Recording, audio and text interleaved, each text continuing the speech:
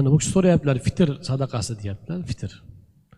Fitr sadaqasi qachon berilgani afzal? Fitr sadaqasi ro'za kirgandan keyin bersangiz bo'laveradi o'zi, lekin u bilasizmi nima bo'ladi? Zakotni oldindan berishga o'xshaydi.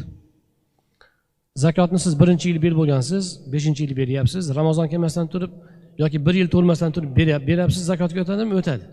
Lekin u yil kelganda keyingi yilgi zakot yil to'lganda vojib bo'ladi baribir.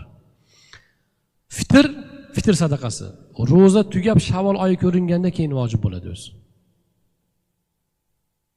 Tushundingizmi? O'shandan keyin bergan afzal.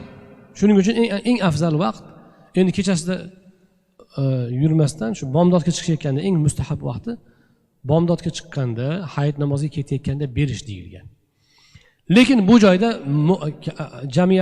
jamiyatning kambag'alning manfaati ham hisobga olinadi. Masalan, siz fitr sadaqasini yaxshi chiqarmoqchisiz. 1 million chiqarmoqchisiz. 500 ming chiqarmoqchisiz. Siz o'ylayapsizki, qo'shnim kambag'al.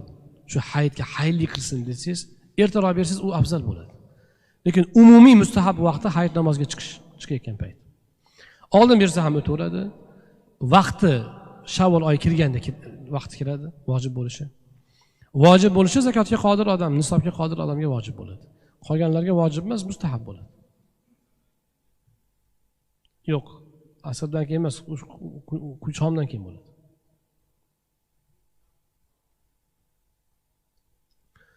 Zakotga qodir odamga vojib bo'ladi.